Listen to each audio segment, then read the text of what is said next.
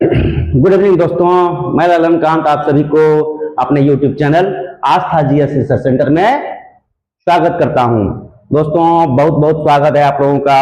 और world geography यानी कि विश्व भूगोल अब लगभग हम लोग खत्म करने जा रहे हैं और भारतीय भूगोल प्रारंभ होने वाला है। लगभग नेक्स्ट मंडे, आने वाले मंडे जो 3-4 दिन बाद जो सोमवार होगा, वहां से हम लोग भोले बाबा का पूजा करके, सोमवारी को मैं पूजा करता हूं भोले बाबा का पूजा करके, उसके बाद भारतीय भूगोल का शुरुआत हम लोग करेंगे। बाबा का आशीर्वाद भी बहुत जरूरी है।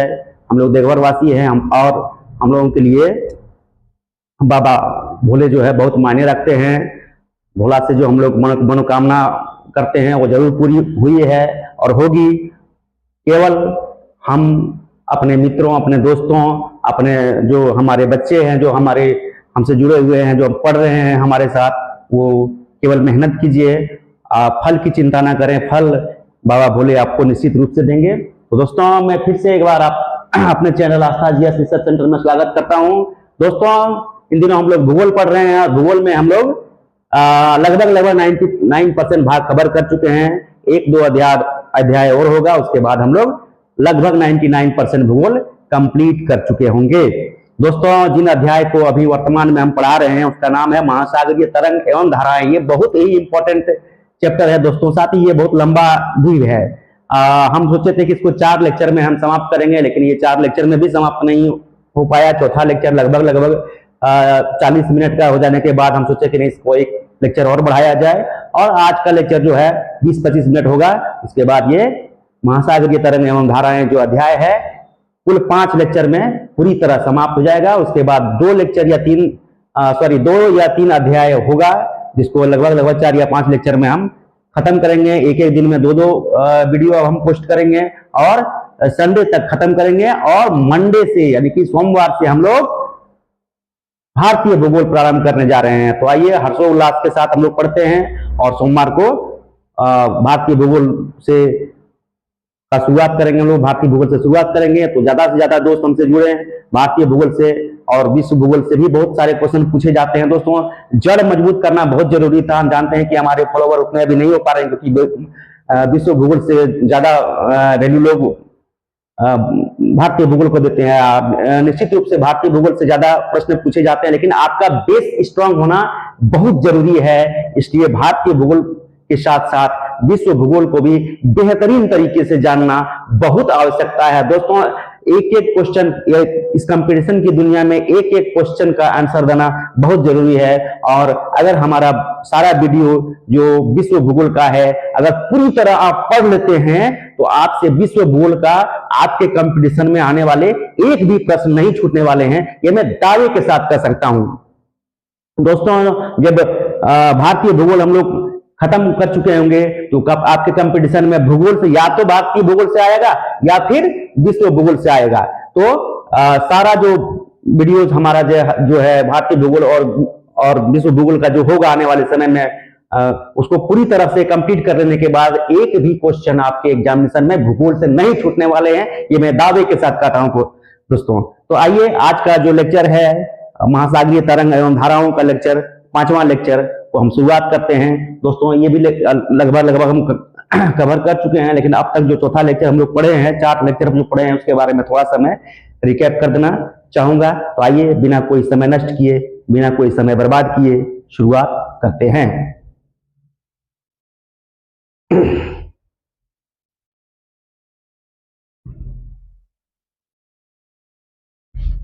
ये है दोस्तों शीर्षक, हमारा जो अध्याय हम वर्तमान में पढ़ रहे हैं महासागरीय तरंग एवं धाराएं, चैप्टर का नाम है। इसका 4 लेक्चर हम लोग पढ़ चुके हैं दोस्तों, जिसमें हम पढ़ाए थे कि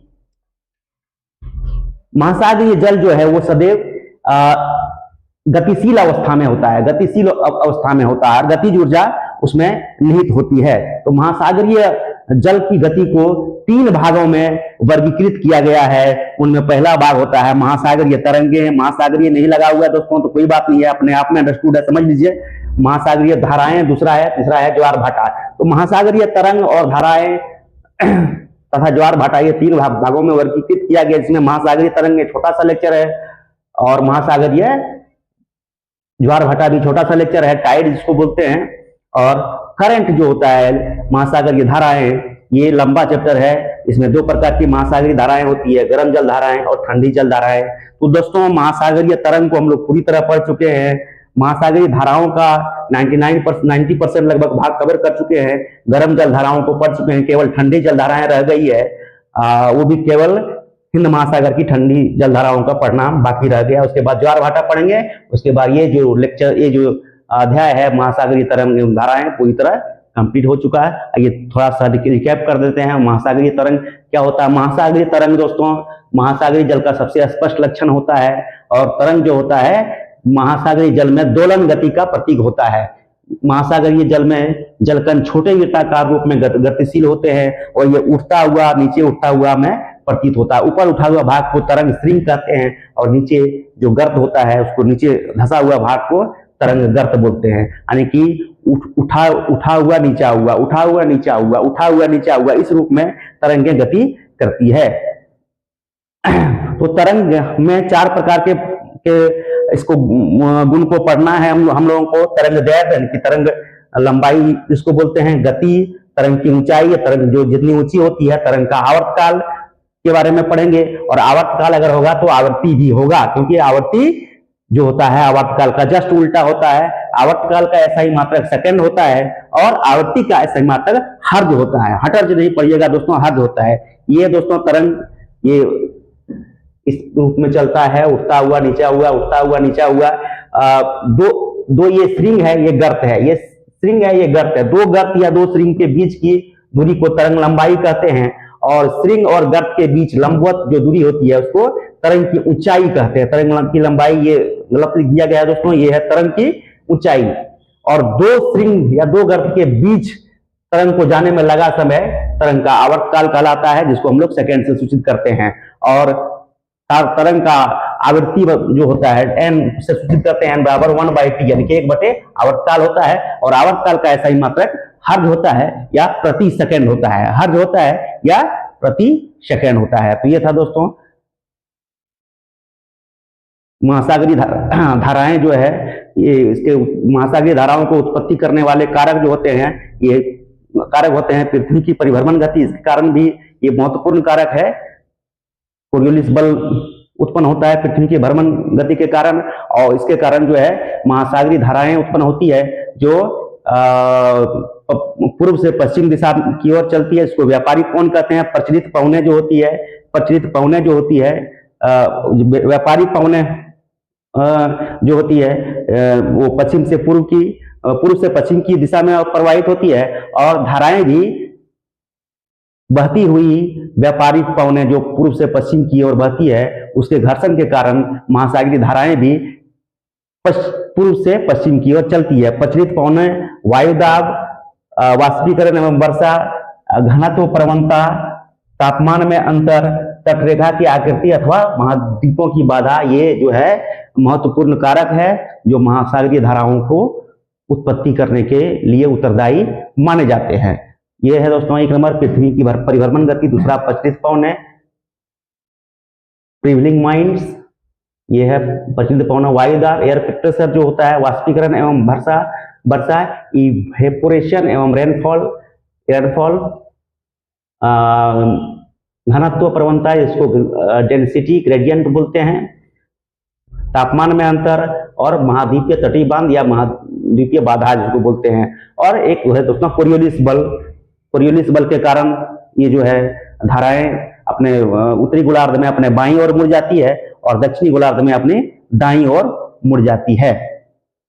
उत्तरी गोलार्ध में दाहिनी ओर मुड़ जाती है दोस्तों और दक्षिणी गोलार्ध में बाईं। कोरियोलिस बल के कारण जो होती है, क्या होती है, कोरियोलिस बल के प्रभाव के कारण, कोरियोलिस बल पृथ्वी की घूर्णन गति के कारण उत्पन्न बल है। कोरियोलिस बल का मान दोस्तों क्या होता है, विषुवत रेखा पर न्यूनतम होता है, यानी कि शून्य होता है। और बढ़ते अक्षांशों के साथ कोरियोलिस बल का मान बढ़ता जाता है। और ध्रुवों पर यानी कि नॉर्थ पोल या साउथ पोल पर कोरियोलिस बल का मान सर्वाधिक होता है।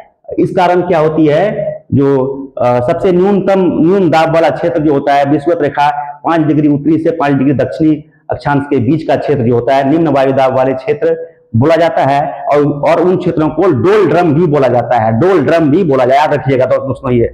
और इसी के कारण कोरियोलिस बल जो कार्यरत होती है, कोरियोलिस बल की दिशा जो होती है पूर्व से पश्चिम होती है, और इसी बल के कारण भी जलधाराएं जो होती है उत्तरी गोलार्ध में अपनी दाहिनी ओर मुड़ जाती है, दाहिनी ओर मुड़ जाती है, जबकि दक्षिणी गोलार्ध में बाईं ओर मुड़ जाती है। ये दाईं ओर मुड़ना और बाईं ओर मुड़ना प्रशांत महासागर में और अटलांटिक महासागर में संभव होता है, लेकिन हिंद महासागर में ऐसी नहीं होती, क्योंकि यहाँ मानसूनी पवनों के प्रभाव के कारण जो है व्यापारिक पवने के साथ चलने वाली जलधाराओं की दिशा भी उत्तर से दक्षिण और दक्षिण से उत्तर हो जाती है। महासागरीय धाराओं की प्रकृति जो होती है, शांत महासागर की धारा, प्रशांत महासागर की धारा, फिर अटलांटिक महासागर की धारा, फिर हिंद महासागर की धारा के हिंद महासागर की धारा को दो भागों में बांटा गया, अस्थायी धारा और अस्थायी धारा। ये पढ़ा चुके हैं दोस्तों। महासागरीय धाराओं के प्रकार, दिशा, गति एवं आकार के आधार पर महासागरीय धाराओं को 3 भागों में बांटा गया है, प्रवाह धारा और विशाल धारा। तापमान के आधार पर गर्म जलधाराएं और ठंडी जलधाराएं, और गहराई के आधार पर सतही जलधारा और गहरी जलधारा, सतही जलधारा और गहरी जलधारा। प्रवाह जो होता है, जब महासागरों की जल अपनी न्यूनतम पवन के प्रभाव से, वायुमंडलीय पवन के प्रभाव से जब महासागरीय जल अपनी न्यून गति से गतिमान अवस्था की ओर बढ़ती है तो उसको प्रवाह कहते हैं। पवन वेग से प्रेरित होकर न्यून गति से आगे बढ़ता है तो उसको प्रवाह कहते हैं। इसकी सर्वोत्तम उदाहरण जो है दक्षिणी अटलांटिक प्रवाह या उत्तरी अटलांटिक प्रवाह है। धारा, जब सागर के अंदर धरातलीय जल एक निश्चित सीमा के अंदर एक निश्चित दिशा में तीव्र गति से प्रवाहित होती है तो उसे धारा कहते हैं। जब सागर के अंदर धरातल में एक निश्चित सीमा के अंदर, जब सागर के अंदर धरातलीय जल एक निश्चित सीमा के अंदर एक निश्चित दिशा में तीव्र गति से प्रवाहित होती है तो उसे जल कहते हैं। इसकी गति प्रवाह से, धारा की गति प्रवाह से अधिक होती है। ब्राजील धारा, बेंगुएला धारा और पेरू की धारा इसके सर्वोत्तम। विशाल धारा जो होती है, जब सागर का जल अत्यधिक तेज गति से नदियों के समान प्रवाहित होता प्रतीत होता है तो उसे जलधारा विशाल धारा कहते हैं। और इसका नाम, विशाल धारा का नाम स्ट्रीम है, और गल्फ स्ट्रीम इसका सर्वोत्तम उदाहरण है।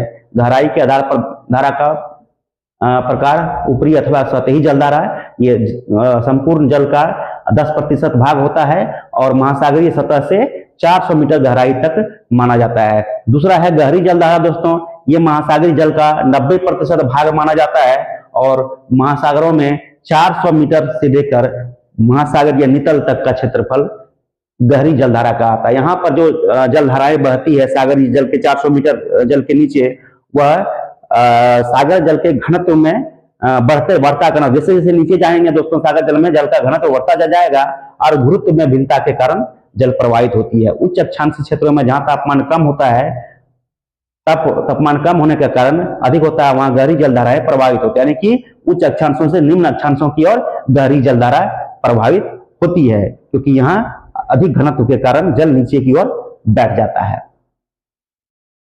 तापमान के आधार पर दोस्तों 2 प्रकार की जलधाराएं होती है, ठंडी जलधाराएं, गर्म जलधाराएं। गर्म जलधाराओं को हम लोग पढ़ चुके हैं। गर्म जलधारा में उत्तरी प्रशांत महासागर की धारा में उत्तरी भूमध्य रेखीय जलधारा, दूसरा है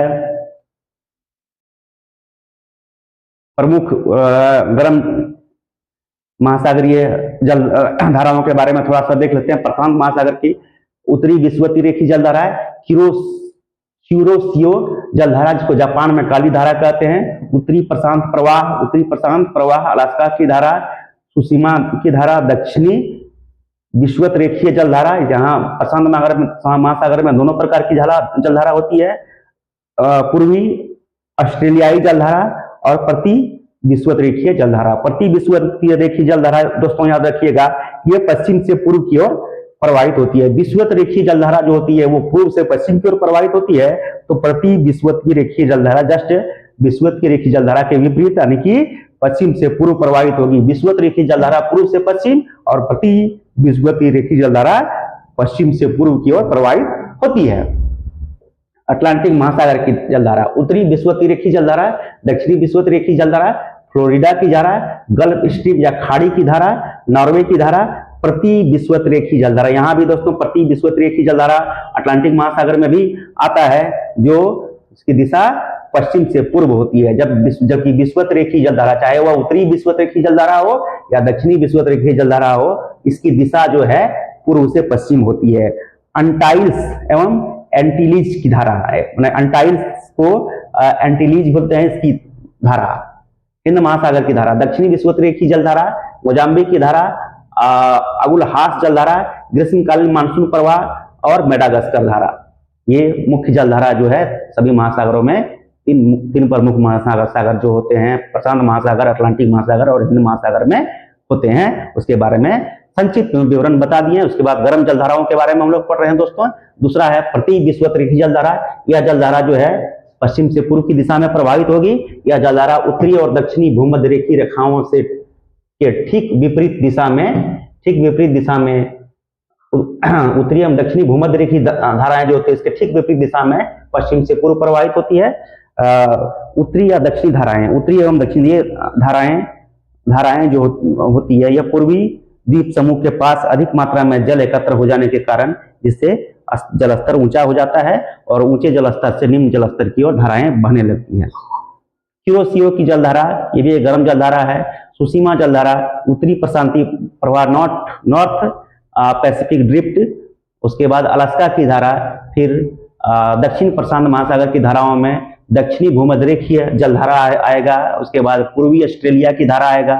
पूर्वी ऑस्ट्रेलिया की धारा को अच्छी तरह से पढ़ेंगे हम लोग। उसके बाद एल नीनो और ला नीना होता है। एल नीनो एक गर्म जलधारा है दोस्तों, और ला नीना एक ठंडी जलधारा, जिसकी उत्पत्ति दक्षिण अमेरिका यानी कि लैटिन अमेरिका जिसको हम लोग कहते हैं, उसके पश्चिमी तट पर स्थित एक देश है पेरू।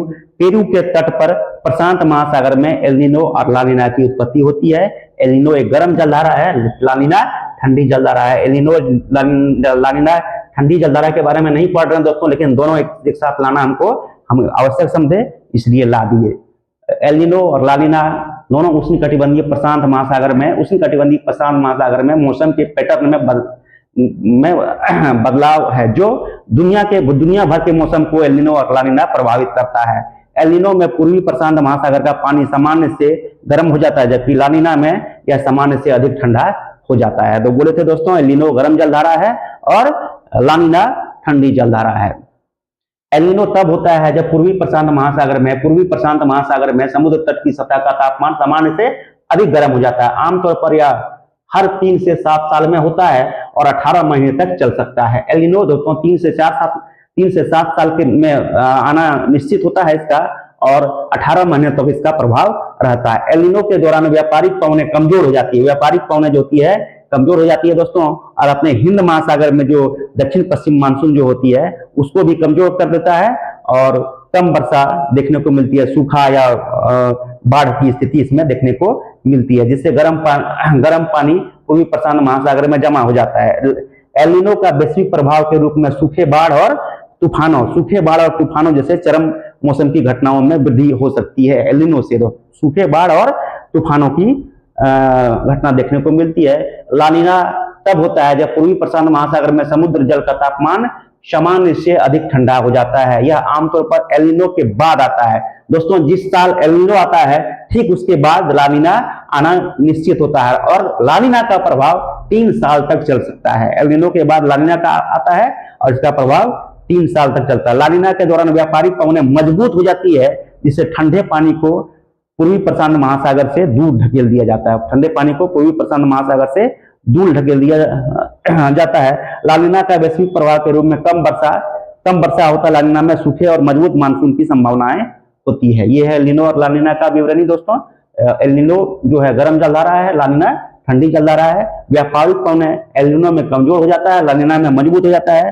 प्रभाव जो होता है इससे सूखे बाढ़ और तूफानों की स्थिति देखने को मिलती है एल नीनो में, जबकि सूखे बाढ़ और तूफानों, जबकि ला नीना में कम वर्षा, सूखे और मजबूत मानसून देखने को मिलती है। 2 नंबर है दोस्तों गर्म जल धारा में किसके उत्तरी प्रशांत महासागरीय जलधारा के बारे में अभी हम लोग पढ़ रहे हैं। दक्षिणी प्रशांति महासागर की जलधारा के बारे में, दक्षिणी भूमध्यरेखीय जलधारा को हम लोग पढ़े, फिर एलिनो लानिना के बारे में हम लोग पढ़े, फिर पूर्वी ऑस्ट्रेलिया की धारा होती है गर्म जलधारा, जो कि दक्षिणी प्रशांत महासागर की एक जलधारा है। उसके बाद उत्तरी अटलांटिक महासागर की जलधारा में उत्तरी भूमध्यरेखीय जलधारा, उसके बाद आता है फ्लोरिडा की धारा, फिर आता है गल्फ स्ट्रीम धारा, फिर आता है उत्तरी अटलांटिक प्रवाह, नॉर्थ अटलांटिक ड्रिफ्ट जिसको बोलते हैं। फिर हम लोग नॉर्वे की धारा के बारे में पढ़े। ये नॉर्थ अटलांटिक महासागर की गर्म जलधाराएं हैं। इसी जलधारा के कारण दोस्तों नॉर्वे की धारा जो है, इसी जलधारा के कारण नॉर्वे का क्षेत्र जो होता है वो उत्तरी आर्कटिक सर्किल के पार भी होने के बावजूद यहाँ उतना ठंडा नहीं होता है जितना ठंडा होना चाहिए। दक्षिण अटलांटिक महासागर की धाराएं हैं। दक्षिण भूमध्यरेखीय जलधारा तो होगा ही, उसके बाद ब्राजील की धारा के बाद प्रति भूमध्यरेखीय जलधारा आएगा। हिंद महासागर की जलधाराओं के बारे में हम लोग प्रति भूमध्यरेखीय जलधारा, दक्षिण हिंद महासागर की धारा में दक्षिण भूमध्यरेखीय जलधारा, फिर प्रति भूमध्यरेखीय जलधारा, फिर मोजाम्बिक की धारा, फिर अगुलहास की जलधारा, फिर शीतकालीन मानसून प्रवाह या उत्तर पूर्वी मानसून जलधारा, इसको हम लोग पढ़ चुके हैं दोस्तों, ये सब हम लोग पढ़ चुके हैं। शीतकालीन मानसून प्रवाह या दक्षिण पश्चिम मानसून प्रवाह जो भारतीय क्षेत्र में महत्वपूर्ण भूमिका अदा करता है। दक्षिण पश्चिम मानसून के कारण जो है दोस्तों भारतीय क्षेत्र में 90% से अधिक वर्षा प्राप्त इसी से दक्षिण पश्चिम मानसून से होता है। उसके बाद ठंडी जलधारा के बारे में हम लोग शुरुआत किए थे, जिसमें हम लोग ठंडी जलधारा के बारे में पढ़े थे। प्रशांत महासागर में ये ठंडी जलधारा होता है क्यूराइल जलधारा, इसे ओयासिबो धारा कहते हैं। कैलिफोर्निया धारा, हम्बोल्ट, पेरुविया जलधारा, अंटार्कटिका प्रवाह, ये पेरुविया जलधारा ठंडी जलधारा इसको है, इसमें लानिना भी आ जाता है। अकोष्ठक जलधारा ये प्रशांत महासागर। अटलांटिक महासागर की जलधारा में दोस्तों लेब्राडोर की जलधारा, पूर्वी ग्रीनलैंड की धारा, इमर्निंग धारा, कैनारी धारा और फॉकलैंड की धारा होती है। हिंद महासागर की धारा में पूर्वी ऑस्ट्रेलियाई धारा, शीतकालीन मानसून प्रवाह, सोमाली धारा, दक्षिणी हिंद महासागर की धारा और अंटार्कटिक प्रवाह आते हैं। उत्तरी प्रशांत महासागर की जलधाराओं में क्यूराइल धारा है दोस्तों, जिसके बारे में आज हम लोग पढ़ेंगे। ठंडी जलधारा के बारे में उत्तरी प्रशांत महासागर से क्यूराइल जलधारा, यह ठंडी जलधारा है, इसे ओयासिबो जलधारा भी कहते हैं। यह जलधारा उत्तरी ध्रुव यानी कि उत्तरी ध्रुव से भूमध्य रेखा की ओर प्रवाहित होती है। क्यूराइल जलधारा दोस्तों उत्तरी ध्रुव से कहां प्रवाहित होती है? भूमध्य रेखा यानी कि विषुवत रेखा की ओर प्रवाहित होती है। क्यूराइल जलधारा बेरिंग जल संधि से प्रारंभ होकर साइबेरिया के पूर्वी तट के सहारे बहती है। ये साइबेरिया के रूस के साइबेरिया के पूर्वी तट के सहारे बहती है क्यूराइल जलधारा, और इसकी दिशा जो होती है पश्चिम से पूर्व से पश्चिम होती है। क्यूराइल जलधारा बेरिंग जल संधि से प्रारंभ होकर साइबेरिया के तट के सहारे बहती है। यह जलधारा अपने साथ आर्कटिक सागर में ठंडा जल और बर्फ के बड़ी बड़ी हिमशैलों को बहाकर लाती है। यह क्यूरोसियो जलधारा से मिलकर कोहरा उत्पन्न करता है। अकोष्ठक सागर में इसे अकोष्ठक जलधारा भी कहते हैं। अकोष्ठक सागर में आएगा दोस्तों कैलिफोर्निया की धारा। यह ठंडी जलधारा है और भूमध्य रेखा की ओर प्रवाहित होती है। ये भी ठंडी जलधारा है दोस्तों, और उत्तर से दक्षिण की ओर भूमध्य रेखा की ओर प्रवाहित होती है। उत्तरी प्रशांत प्रवाह की दक्षिणी शाखा उत्तरी प्रशांत प्रवाह जो होती है उत्तरी प्रशांत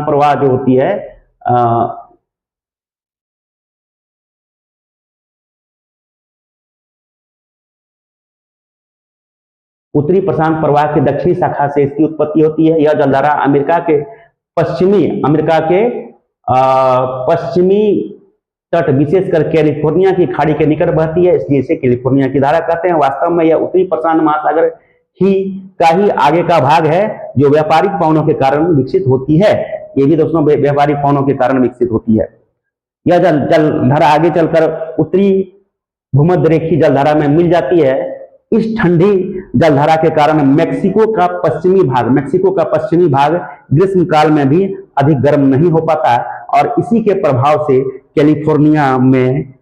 कैलिफोर्निया के शीतल मरुस्थल का निर्माण होता है। कैलिफोर्निया की धारा के कारण दोस्तों कैलिफोर्निया में एक मरुस्थल का निर्माण होता है। इसको हम लोग शीत मरुस्थल कहते हैं, यानी कि कैलिफोर्निया में एक शीत मरुस्थल है।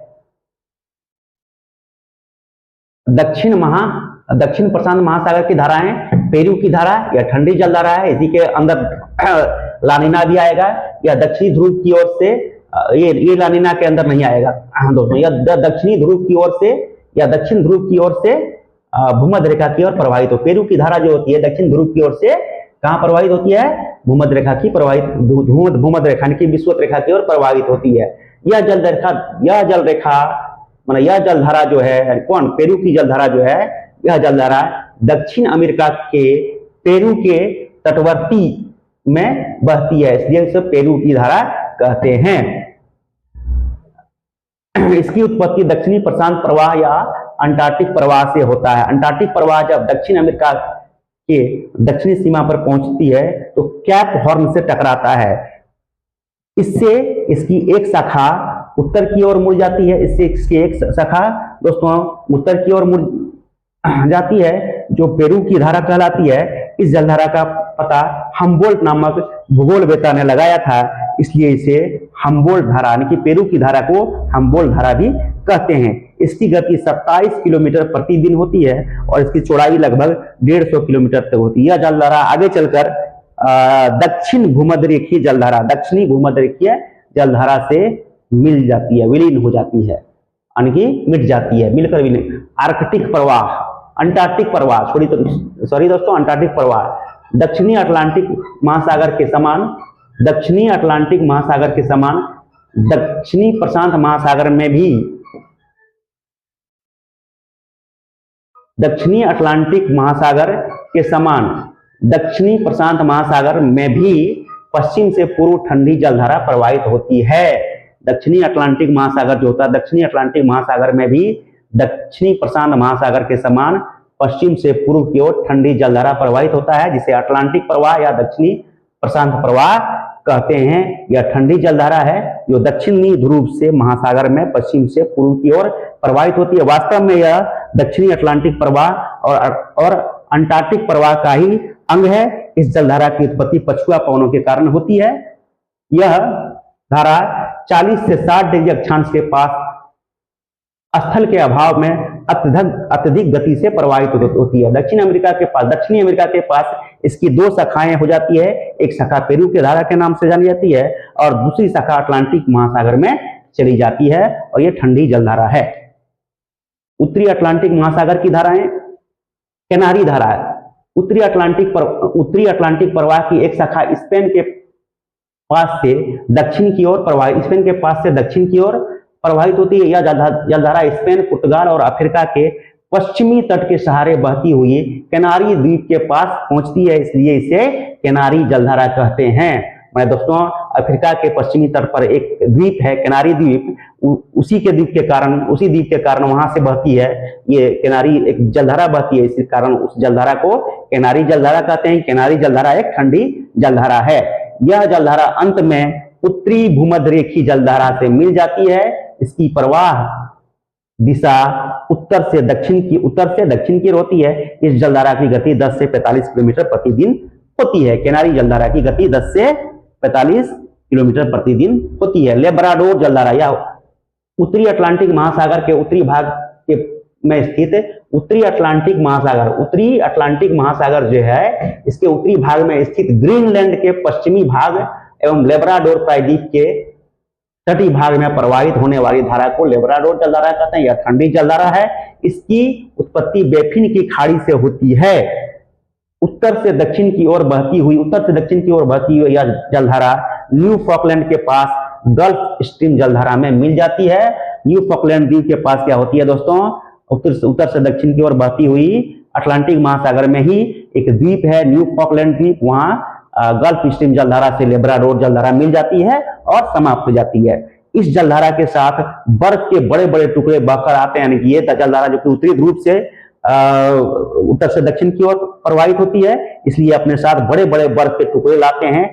जब ये गल्फ स्ट्रीम जलधारा से मिलते हैं तो न्यू फॉकलैंड द्वीप के पास घना कोहरा छा जाता है। न्यू फॉकलैंड द्वीप के पास घना कोहरा ला देता है लेब्राडोर की जलधारा। जब ये गल्फ स्ट्रीम जलधारा से मिलती है न्यू फॉकलैंड द्वीप के पास, तब न्यू फॉकलैंड द्वीप के पास घना कोहरा छा जाता है।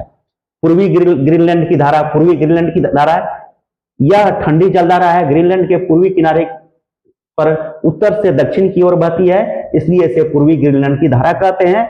यह जलधारा उत्तरी ध्रुव सागर से उत्पन्न होती है, उत्तरी ध्रुव सागर से उत्पन्न होती है और उत्तरी अटलांटिक प्रवाह में मिल जाती है, उत्तरी अटलांटिक प्रवाह में मिलकर खत्म हो जाती है पूर्वी ग्रीनलैंड की धारा। इर्मिंगर जलधारा, यह ठंडी और अति सीमित क्षेत्र में प्रवाहित होने वाली जलधारा है जो आइसलैंड के पूर्वी किनारे के सहारे बहती है। जो इर्मिंगर जलधारा दोस्तों, आइसलैंड एक देश है जिसकी राजधानी रेकजाविक है, और रेकजाविक ऐसी राजधानी है जो सबसे उत्तरतम राजधानी है, यानी कि सबसे उत्तर में स्थित राजधानी जो है ये आइसलैंड की राजधानी रेकजाविक है। इसके यह एक सीमित क्षेत्र में प्रवाहित होने वाली जलधारा है जो आइसलैंड के पूर्वी किनारे के सहारे बहती है। इसके पूर्वी आइसलैंड की धारा भी कहते हैं। इर्मिंगर जलधारा को पूर्वी आइसलैंड की जलधारा भी कहा जाता है। यह जलधारा उत्तर से दक्षिण की ओर बहती हुई उत्तरी अटलांटिक प्रवाह में मिलकर समाप्त हो जाएगी। इर्मिंगर की जलधारा भी जो है उत्तरी अटलांटिक ड्रिफ्ट जो होती है उसमें मिलकर समाप्त हो जाती है। रेनेल जलधारा, केनारी जलधारा का जब केनारी जलधारा एक ठंडी जलधारा है दोस्तों, जब बिस्के की खाड़ी में प्रवेश करता है तो उसे रेनेल जलधारा कहते हैं। केनारी जलधारा का ही नाम रेनेल जलधारा है। जब रेनेल जलधारा बिस्के की खाड़ी में प्रवेश करती है तो उसे जब केनारी जलधारा बिस्के की खाड़ी में प्रवेश करता है तो उसे रेनेल जलधारा कहते हैं। इस प्रकार उत्तरी भूमध्य रेखीय जलधारा, गल्फ स्ट्रीम, उत्तरी अटलांटिक प्रवाह एवं केनारी धारा मिलकर क्या होता है, प्रशांत सागर में एक गोलाकार स्वरूप बनाता है। दोस्तों एक बार ढंग से पढ़ लेते हैं, इसे बहुत ही इंपॉर्टेंट चीज है ये। इस प्रकार उत्तरी भूमध्य रेखीय धारा, गल्फ स्ट्रीम धारा, ये सब अटलांटिक महासागर में हो रहा है दोस्तों। उत्तरी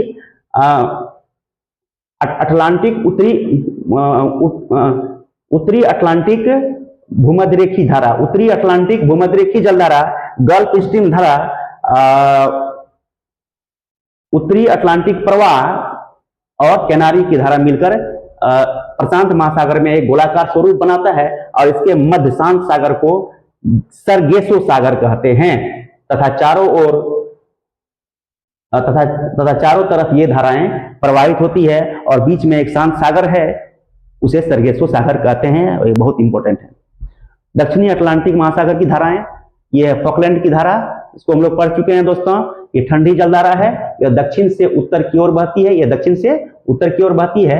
यह जलधारा दक्षिण अमेरिका के दक्षिण में स्थित फॉकलैंड द्वीप के पास से बहती है, इसलिए इसे फॉकलैंड की धारा कहते हैं। इसकी उत्पत्ति आर्कटिक प्रवाह से होती है। वेनेजुएला की धारा, यह भी ठंडी जलधारा है और दक्षिण से उत्तर की ओर अफ्रीका महाद्वीप के पश्चिमी तट के किनारे बहती है, इसे वेनेजुएला की धारा कहते हैं। ये भी हम लोग पढ़ चुके हैं दोस्तों। अंटार्कटिक प्रवाह, यह दक्षिण अटलांटिक प्रवाह से दक्षिण में चलने वाली विशाल जलधारा है को अंटार्कटिक प्रवाह कहते हैं। यह प्रवाह अधिक चौड़ा होता है और इसका जल अधिक ठंडा होता है। पछुआ पवनों के प्रभाव के कारण इसकी दिशा पश्चिम से पूर्व की ओर होती है। इसके मार्ग में स्थलीय भाग नहीं आता, इसलिए यह प्रवाह अपेक्षाकृत अधिक तीव्र होता है। वस्तुतः यह संपूर्ण पृथ्वी पर पूर्व से पश्चिम प्रवाहित होने वाली धारा है। पश्चिम से पूर्व, सॉरी दोस्तों, इसकी दिशा जो अंटार्कटिका प्रवाह जो होती है इसकी दिशा पश्चिम से पूर्व होता है और पछुआ पवनों के प्रभाव के कारण अंटार्कटिका प्रवाह की दिशा पश्चिम से पूर्व होता है और इसका प्रभाव संपूर्ण पृथ्वी पर होता है। हिंद महासागर की धाराएं दोस्तों यही तक हम लोग पढ़े थे। आइए अब यहाँ से विस्तार से पढ़ते हैं। हिंद महासागर की जलधारा का पहला है पश्चिमी ऑस्ट्रेलिया की धारा। यह ठंडी जलधारा है। यह ऑस्ट्रेलिया के पश्चिमी तट, पूर्वी तट नहीं दोस्तों, पश्चिमी तट पर दक्षिण से उत्तर की ओर बहती है। दक्षिण से उत्तर की ओर बहती है। इसकी उत्पत्ति अंटार्कटिका प्रवाह से होती है। यह जलधारा अंत में दक्षिणी भूमध्य रेखीय जलधारा में मिलकर समाप्त हो जाती है।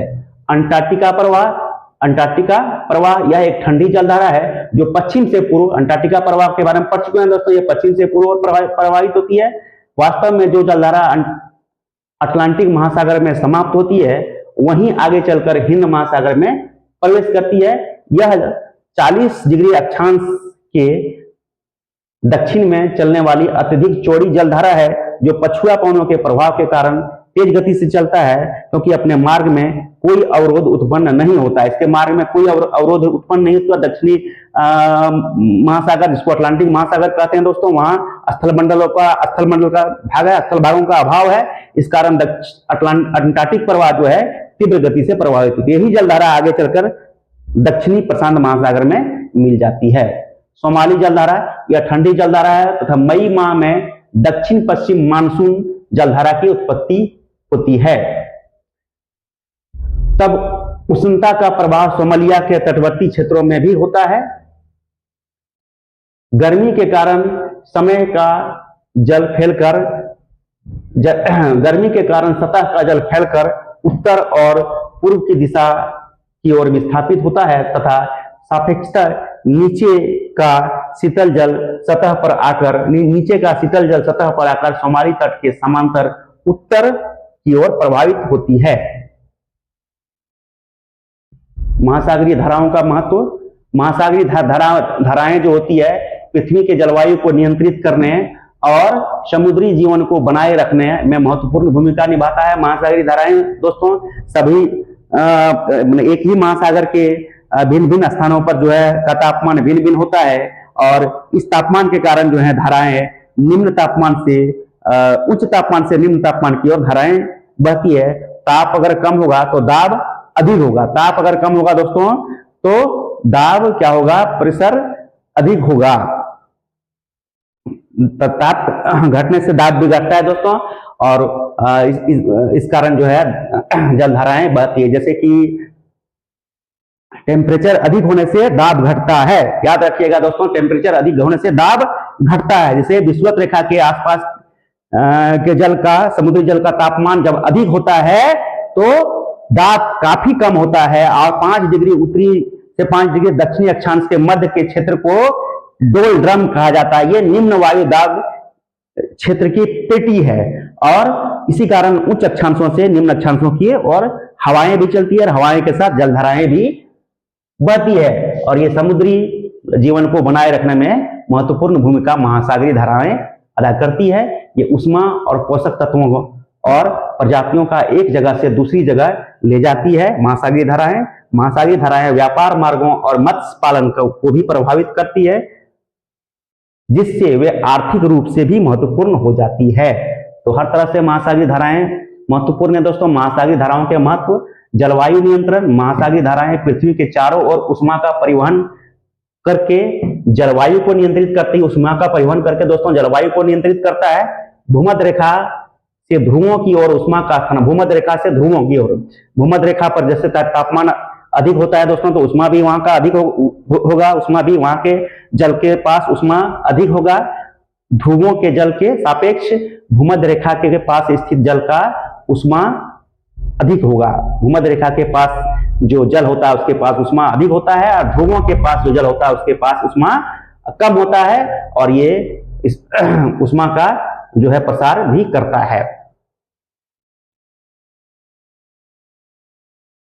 समुद्री जीवन के लिए पोषक तत्व धाराएं जो है पोषक तत्वों और प्लवक को एक जगह से दूसरी जगह ले जाती है जो समुद्री जीवन के लिए आवश्यक है।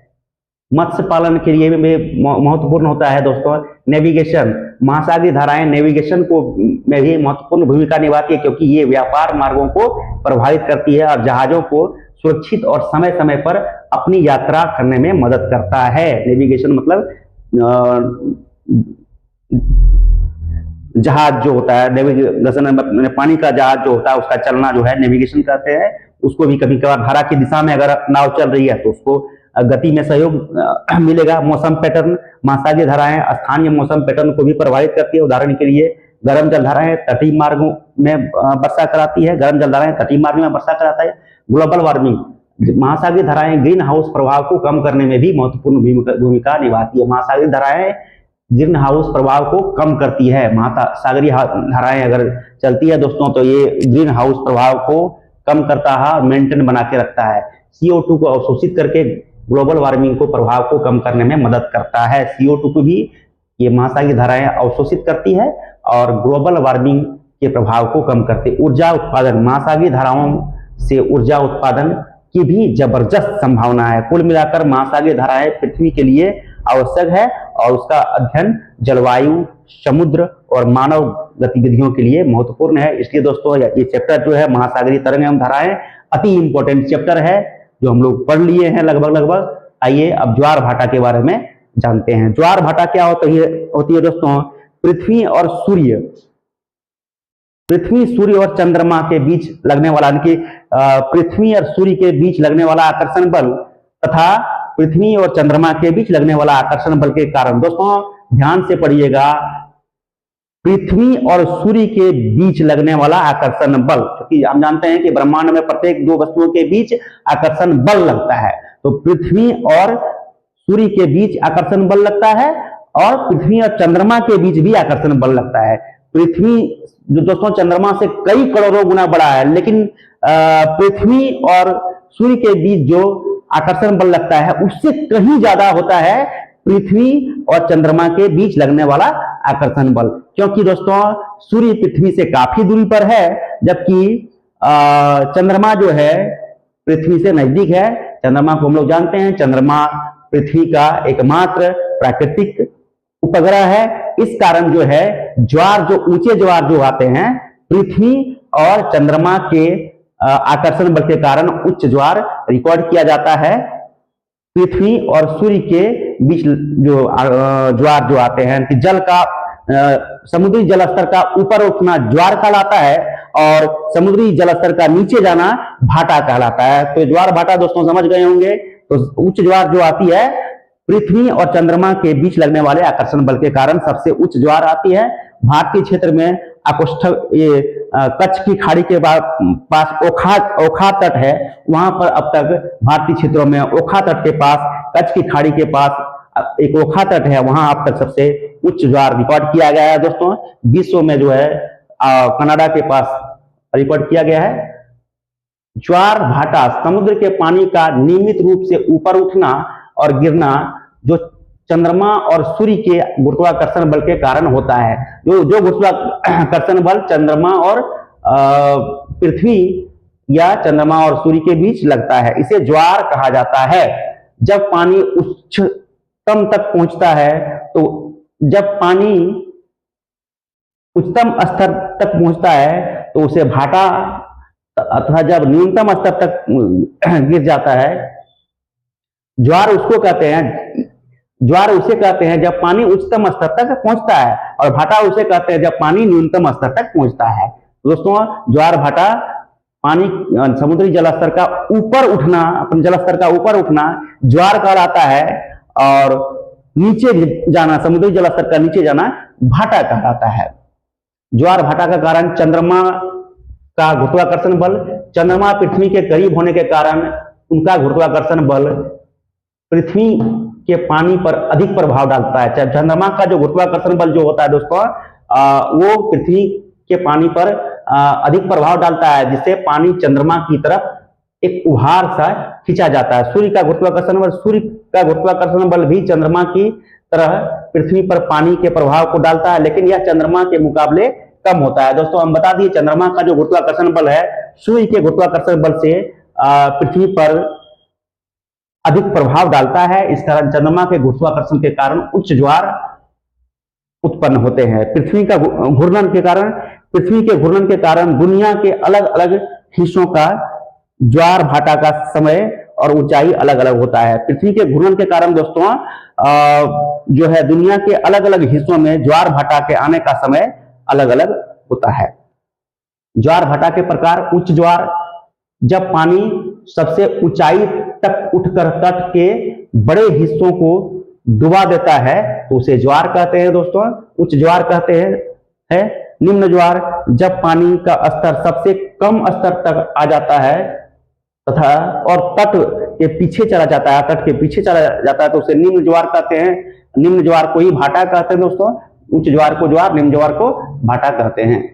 बृहद ज्वार, जब सूर्य, चंद्रमा और पृथ्वी एक सीधे में होती है तो सबसे ऊंचे ज्वार आते हैं, उसको बृहद ज्वार कहते हैं। जब सूर्य, चंद्रमा और पृथ्वी दोस्तों एक सीधे में तीनों आ जाते हैं तब सबसे उच्च ज्वार आता है लघु ज्वार, जब चंद्रमा और सूर्य का गुरुत्वाकर्षण बल समुद्र के पानी पर विपरीत दिशा में पड़ता है, विपरीत दिशा में पड़ता है कि जब चंद्रमा और सूर्य का गुरुत्वाकर्षण बल समुद्र के पानी पर विपरीत दिशा में पड़ता है, क्योंकि चंद्रमा और सूर्य के बीच में जब पृथ्वी आता है तब लघु ज्वार आता है तो उसे निम्न ज्वार भी हम लोग कहते हैं। ज्वार भाटा का महत्व, नौवहन, उच्च ज्वार नौवहन में मदद करता है क्योंकि वे तटों के पास जलस्तर को बढ़ाता है जिससे जहाजों को बंदरगाह तक पहुंचने में आसानी होती है। मछली पकड़ना, ज्वार भाटा मछली पकड़ने में भी मदद करते हैं क्योंकि मछली को तट के पास आने में मदद करती है ज्वार। नदियों में नौगम्य होना, ज्वार भाटा कुछ नदियों को समुद्री जहाजों के लिए नौगम्य बनाने में भी मदद करता है। पर्यावरण, उच्च ज्वार भाटा समुद्र और पृथ्वी के तापमान को संतुलित करने में मदद करता है। निष्कर्ष, ज्वार भाटा समुद्र का एक महत्वपूर्ण प्राकृतिक घटना है जो न केवल समुद्र के स्तर में बदलाव का कारण बनती है बल्कि नौवहन, मछली पकड़ने और पर्यावरण को भी प्रभावित करती है। ज्वार भाटा समुद्र के जल के ऊपर उठने और नीचे गिरने की प्रक्रिया है जो चंद्रमा और सूर्य के गुरुत्वाकर्षण के कारण होती है। जब समुद्र का जल अपने उच्चतम स्तर तक पहुंच जाता है तो इसे ज्वार कहते हैं, टाइड कहते हैं, और जब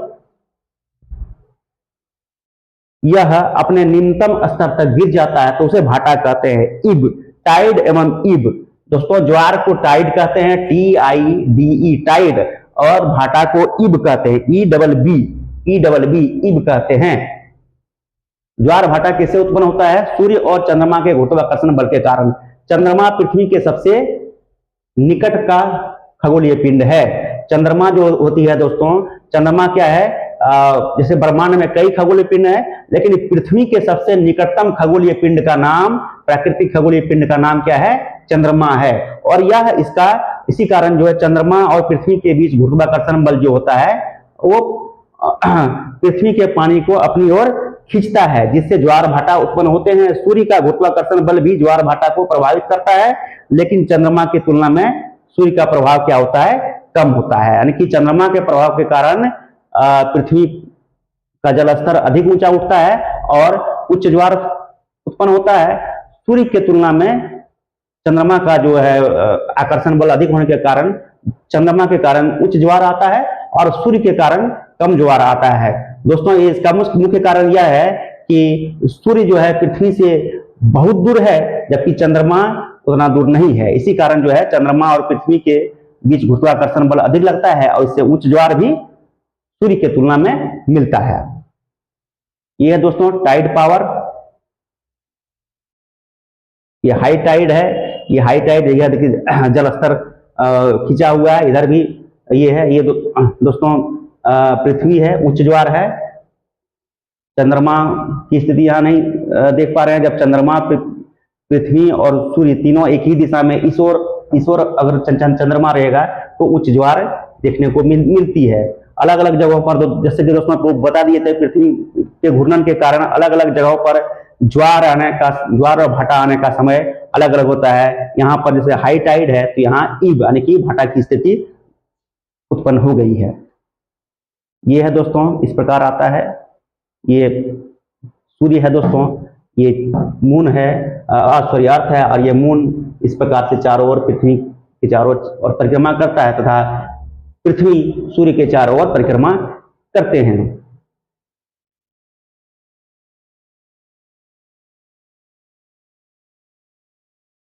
ये भी वही है दोस्तों। यहाँ पर देखिए लो टाइड यहाँ पर उत्पन्न हुआ है, हाई टाइड यहाँ पर है, ऊपर नॉर्थ नीचे साउथ है दोस्तों।